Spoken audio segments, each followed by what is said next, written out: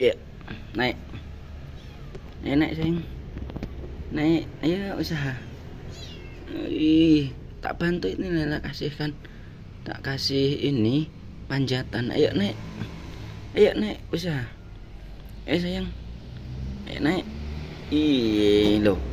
Kamu mau minum apa mau main-main? Kasih minum anakmu dulu sayang. Minumin dulu anakmu. Susuin dulu. Nggak usah keluar dulu. Kamu habis makan, anakmu belum minum. Ayo, tutup dulu. Pintar.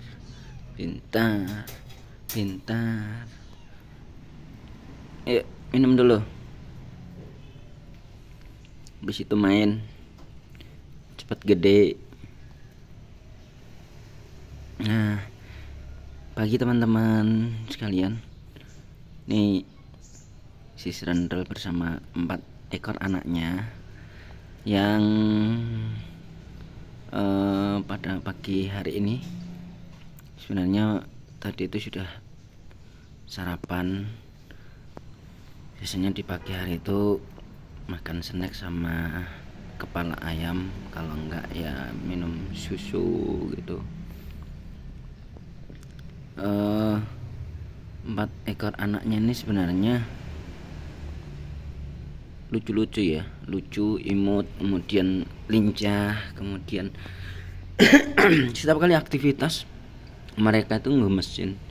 Ada yang lari-lari, ada yang lompat-lompat, ada yang sembunyi-sembunyi, ada juga yang sendagora sama satu sama lainnya gitu. Karena sebenarnya nggak cuman 4 kucing ini yang masih anak-anak, ada 2 lagi, si Oyang sama si Iyang, yang mirip banget sama kucing kampung itu.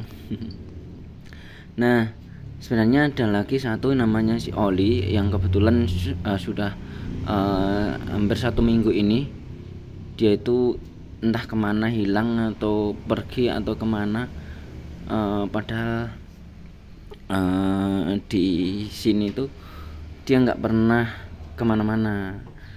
Lingkup kami itu terbatas dengan akses, jadi udah terkelilingi dengan bangunan, pagar maupun rumah ya. Jadi aksesnya itu sebenarnya cuma satu. Itu pun kalau misalnya pagar tertutup itu nggak mungkin lah si kucing itu akan keliaran kemana-mana, karena tinggi bangunannya itu lebih dari 7 meter. Jadi untuk lompat pun kecil kemungkinannya gitu. Biasanya si Oli itu setiap kali saya panggil dengan menggunakan kelinting atau alarm yang bunyi seperti ini bunyinya.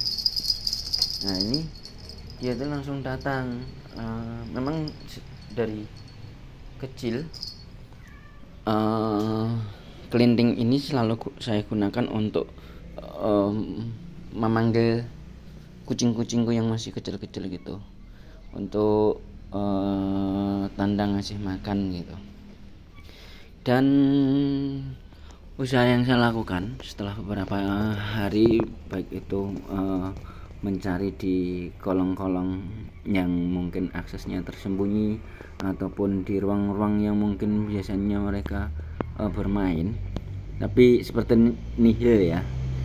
Saya berpikir positif aja bahwa kalau misalnya dia diambil sama orang, ya mudah-mudahan dia diasuh dengan baik, dipelihara dengan baik, dan diperlakukan seperti halnya binatang peliharaan yang disayanginya, seperti itu. Pun kalau misalnya dia memang hilang,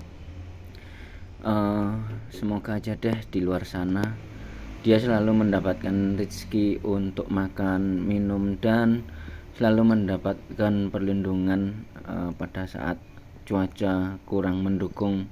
Bisa jadi hujan, bisa jadi panas yang menyengat. Soalnya di sini, di daerah sini panasnya itu luar biasa ya. Dan si Oli itu biasanya kalau kepanasan itu langsung menjulurkan lidahnya seperti anjing kayak gitu. Kalau sudah menjulurkan lidahnya itu memang sering dia itu dehidrasi ringan, pun dikasih minum itu juga masih menjulurkan lidahnya. Jadi dia itu harus ditempatkan di tempat-tempat yang teduh, contohnya di bawah tanaman-tanaman seperti ini gitu, untuk mengurangi suhu tubuhnya yang terlalu tinggi gitu. Makanya ini memang tempat saya sengaja buat seperti ini biar si kucing-kucing saya itu ada ruang lingkupnya untuk bermain di tempat yang teduh seperti ini ya. Ini biar menciptakan suasana kenyamanan buat dirinya lah, selain daripada buat bermain, juga buat perlindungan lah pada saat cuaca ekstrim kan, seperti itu gitu ya. Mudah-mudahan saja lah baik-baik di sana. Jangan sampai yang saya khawatirkan itu hanya saja pada saat dia itu cari makan gitu. Kalau misalnya dia itu hilang atau nyasar, nggak tahu jalan ke rumah gitu, karena kucing itu nggak pernah cari makan. Pokoknya dia tuh ketergantungan dengan dikasih makan gitu. Dia nggak pernah berburu, nggak pernah makan yang aneh-aneh seperti itu. Pun kalau misalnya dia berburu, seperti dapat burung, dapat kodok, itu nggak dimakan. Memang dia nggak suka, cuman seneng pada saat main-main. Kemudian setelah ini lelah, ya udah ditinggalin gitu aja gitu. Oke, lanjut di video ini saya mau sharing sama teman-teman ya, bahwasannya memelihara kucing itu nggak semudah memelihara binatang-binatang yang lainnya ya, karena kita harus memahami sifat dan karakter kucing-kucing kita itu. Kemudian ada juga hal-hal yang perlu diperhatikan lagi, bahwasannya si kucing-kucing kita itu selalu menunjukkan dengan bahasanya dia, bahasa hewan, bahasa kucing itu. Mengeyong pun juga masing-masing eongan itu punya arti, punya makna, ada pesan yang disampaikan sebenarnya, hanya saja kita nggak tahu gitu. Kemudian kucing pada saat melakukan aktivitas gerak, setiap gerakannya, setiap langkahnya, setiap perilakunya itu juga sebenarnya menunjukkan pesan yang akan disampaikan kepada kita. Hanya saja nggak semua orang itu bisa memahami bahasa itu gitu. bahasa ini ya, bahasa isyaratnya mereka gitu. Nah, kucing biasanya ya anak-anak seperti ini yang masih umurnya masih di antara 2 minggu sampai 2 bulan, itu memang masih ketergantungan dengan ASI. Pokoknya begitu mereka lahir sampai umur 2 bulan lah gitu, itu masih ketergantungan dengan susu. Dan semakin usianya itu semakin masih muda, dia intensitas kebutuhan untuk nutrisinya itu semakin tinggi. Jadi kalau di umur 1 hari atau baru lahir mungkin seperti itu, dia itu tiap jam itu memang memerlukan untuk asupan nutrisi dari susu indukannya gitu. Ini sudah umur hampir 2 bulan, jadi pola minum ASINya itu sudah nggak terlalu intens, tapi begitu minum ada kemungkinannya itu banyak gitu. Ada kemungkinannya itu banyak, dan harus juga diimbangi dengan ini ya, dukungan makanan lainnya, seperti ya sudah makan dewasa yang mungkin lunak seperti itu, yang mungkin sudah bisa dicerna oleh perut mereka gitu. Karena ya tidak menuntut kemungkinan bahwa sistem pencernaan si kucing-kucing kecil ini masih lunak ya, belum bisa mencerna makanan-makanan yang berat-berat seperti halnya tulang dan sebagainya seperti itu, ataupun snack kucing yang instan seperti itu, yang masih keras gitu. Baiknya sih dikasih makanan yang basah-basah, karena untuk mencerna makanan kering atau makanan instan yang kering gitu, mereka masih perlu asupan air untuk membantu pencernaannya gitu. Jadi kalau kita nggak aware, kasih makan kemudian lupa ngasih minum dan sebagainya, akhirnya mereka selain daripada dehidrasi, dia akan mengalami gangguan pencernaan sehingga BAB-nya itu tidak lancar, ataupun BAB-nya itu susah, ataupun BAB-nya itu mengalami pengerasan gitu, sehingga ada kemungkinannya di bagian duburnya itu nanti akan mengalami terluka, atau bahkan lebih daripada itu lagi, seperti halnya kalau sudah mengalami terluka kemudian kita tidak memperhatikan, kemudian yang namanya saluran pembuangan itu kan setiap saat pasti akan dilaluinya. Yang kita khawatirkan adalah pada saat melakukan BAB pada kondisi yang sakit di saluran pembuangannya itu, dikhawatirkan akan infeksi ya.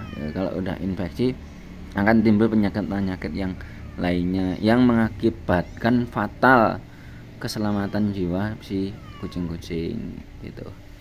Nah, untuk hal-hal yang sebagai ini ya, tambahannya ya, karena kucing juga mengalami stres. Jadi kucing-kucing itu sebenarnya akan sedih nih kalau misalnya kita kurung seperti ini dalam waktu yang lama gitu. Mereka juga butuh refreshing seperti halnya manusia, untuk sekedar lari ke sana lari ke sini, pokoknya untuk menggerakkan tubuhnya gitu.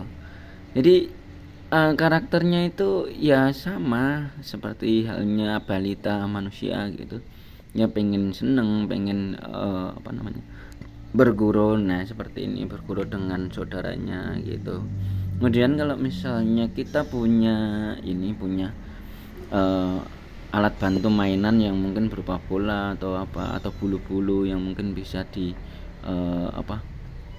dikasihkan buat mereka, itu akan lebih bagus untuk membantu aktivitas mereka biar lebih, kalau dibilang kreatif sih bukan esensi daripada ininya ya. Yang jelas dia butuh bergerak untuk membantu, ya paling tidak itu metabolisme tubuhnya lah gitu. Semakin dia banyak bergerak akan menumbuhkan ini ya, tingkat aktivitasnya si bayi-bayi kucing ini tinggi gitu, sehingga metabolisme tubuhnya juga ini nggak cuman butuh makan sama minum, tapi mereka juga butuh gerak-gerak seperti ini gitu. Tuh. Kemudian selain daripada ini memperhatikan makanan, terus pola ininya kesehariannya kita juga harus memperhatikan bahwa si kucing ini dalam kondisi bersih ya, karena nggak mungkin kita melakukan ini ya. Kalau manusia bayi manusia itu kan perlu mandi, perlu ganti baju, sementara kucing ini kan nggak setiap hari bisa kita mandikan, apalagi pada kucing yang masih kecil seperti ini kan, sama air aja mungkin takut ataupun alergi justru gitu. Yang perlu kita perhatikan adalah pada saat kucing-kucing ini mengalami diare ataupun BAB-nya itu ini ya, BAB-nya mengalami ketidakwajaran, biasanya mereka itu akan terkena kotoran BAB-nya itu di bagian ekor ataupun bagian pantat atau bagian perutnya. Itu udah pasti dan itu sering terjadi seperti itu.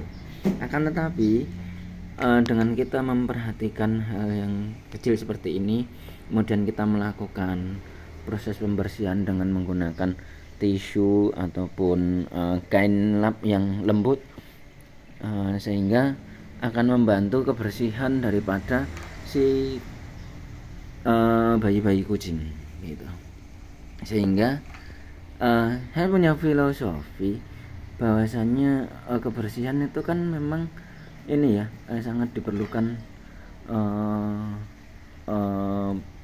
bagi si anak bul atau anak buah bulu ini, sehingga akan meningkatkan daya tahan tubuhnya. Kalau daya tahan tubuhnya itu terjaga, maka pertumbuhannya juga akan cepat gitu. Maksudnya mereka itu akan mengalami susah makan atau kurang nafsu makan untuk gitu. Jadi nanti dikhawatirkan asupan gizi pada mereka itu akan berkurang, karena pada saat usia pertumbuhan seperti ini justru mereka sangat butuh asupan gizi untuk pertumbuhan tubuhnya, terutama yang mungkin mengandung, kalau di manusia kan yang mengandung ini ya untuk pertumbuhan tulang biar kuat dan sebagainya. Ini jalan si anak kucing itu kan biasanya sempoyongan nih, kalau misalnya tulangnya memang belum kuat, sementara dia harus menopang tubuhnya yang gendut seperti itu ya. Untuk mengimbangi hal seperti itu, kita perlu memperhatikan bahwa makan dan minum asinya itu memang betul-betul terpenuhi. Jadi nggak cuman makan makanan ini ya, makanan yang diberikan, tapi juga minum yang diberikan itu harus seimbang. Jadi asinya jangan sampai pernah putus, karena akan mendukung proses pertumbuhan mereka. Itu Dan ada lagi yang nggak kalah pentingnya, bahwasanya mereka itu perlu diajari. Ini bukan mendidik ya, bukan mendidik, tapi karena kita sadar, kita tahu, kita paham ya bahwa mereka pun dididik secermat mungkin pun tidak akan menambah kepandaian, karena memang fitrahnya hewan itu hanya bersifat insting ya, atau bersifat naluri. Meskipun mereka nggak diajarin makan pun, atau nggak diajari berburu pun, karena naluri ini hewan itu sudah muncul ya, mereka lambat laun pada saat dewasa akan berburu gitu. Nah, yang kita tekankan di sini adalah bukan untuk mendidik untuk pintar itu enggak, hanya memberikan suatu arahan untuk membiasakan. Contohnya, mereka nggak akan pernah berburu atau mencuri, atau ya paling minim mencuri ya, selama dia itu perutnya kenyang. Kemudian dia nggak akan pernah makan apapun atau sembarangan gitu, kecuali apa yang pernah dia makan sebelumnya atau yang sering dia makan, seperti itu.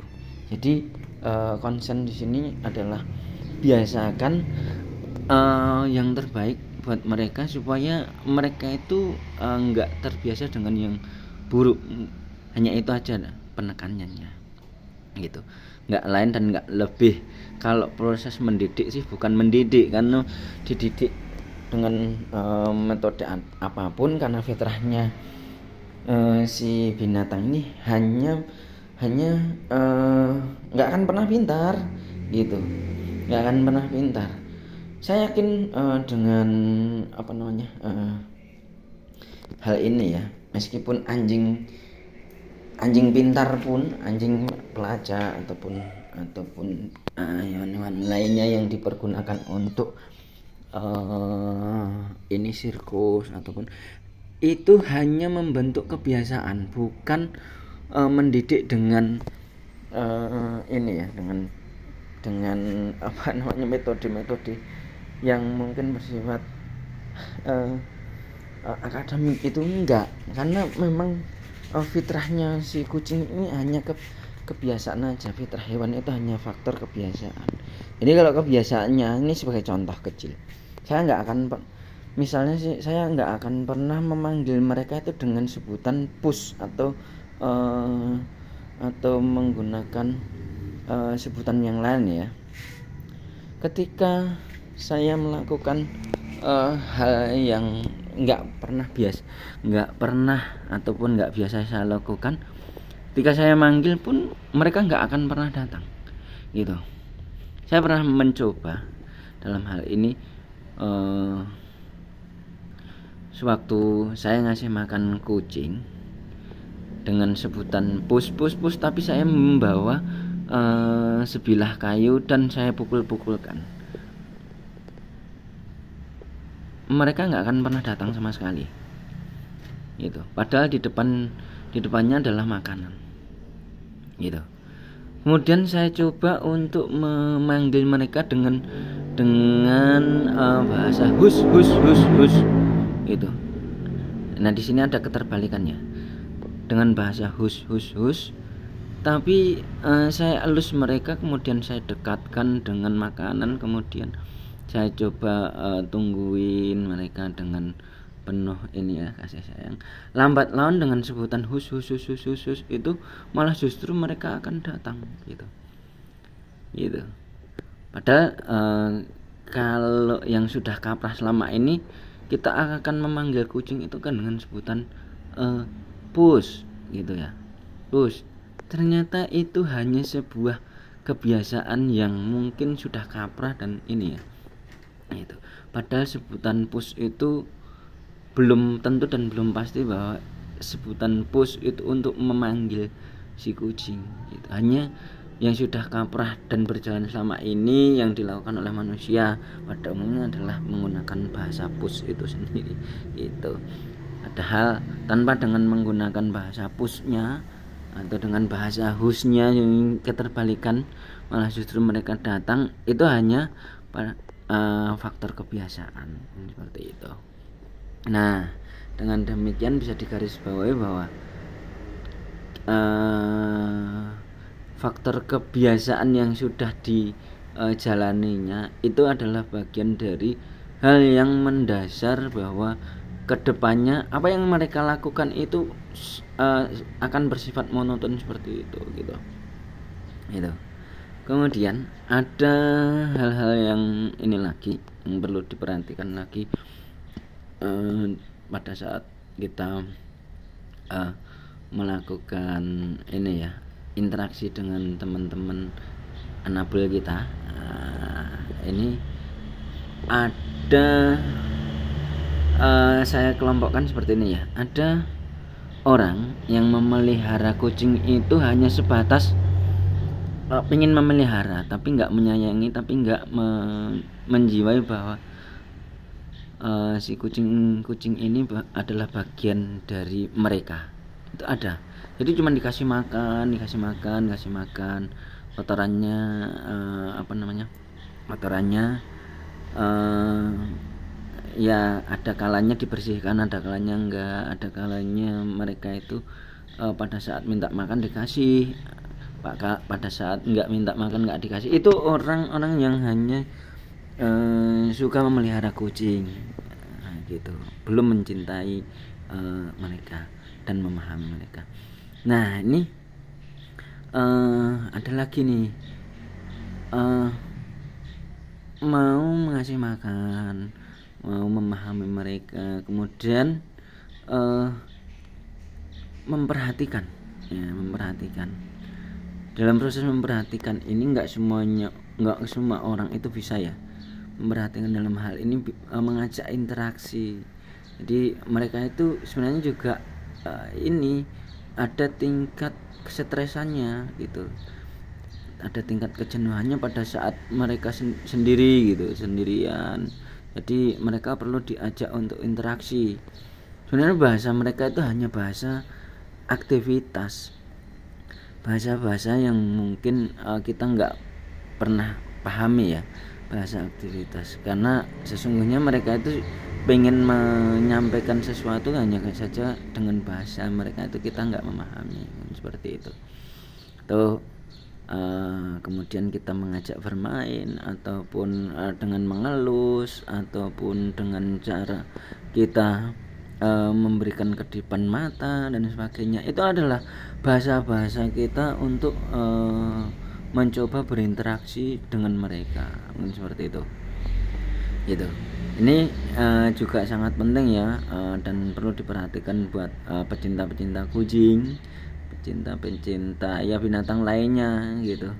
Jadi ingat bahwa binatang peliharaan itu bukan hanya sekedar membutuhkan makan yang cukup dan minum yang cukup atau ruang yang ruang yang dibutuhkan untuk mereka beraktivitas. Itu bukan hanya itu aja, tapi perlu juga diperhatikan, perlu juga diajak untuk interaksi gitu. Itu sangat diperlukan gitu. Jadi ada interaksi imbal balik ya antara si pemilik ataupun anak buah kucing kita gitu, seperti itu. Itu mungkin itu aja dulu ya yang mungkin bisa saya share pada kali ini ya. Bila mana ada yang mungkin kurang pas atau sesuai ya mohon dikoreksi, dan mungkin dari bentuk keterbatasan si pembuat video ini.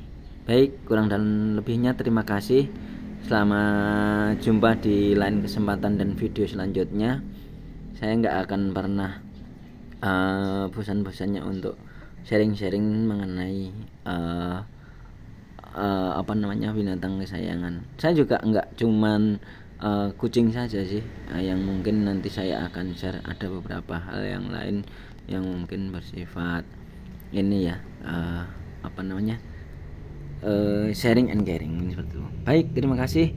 Assalamualaikum warahmatullahi wabarakatuh.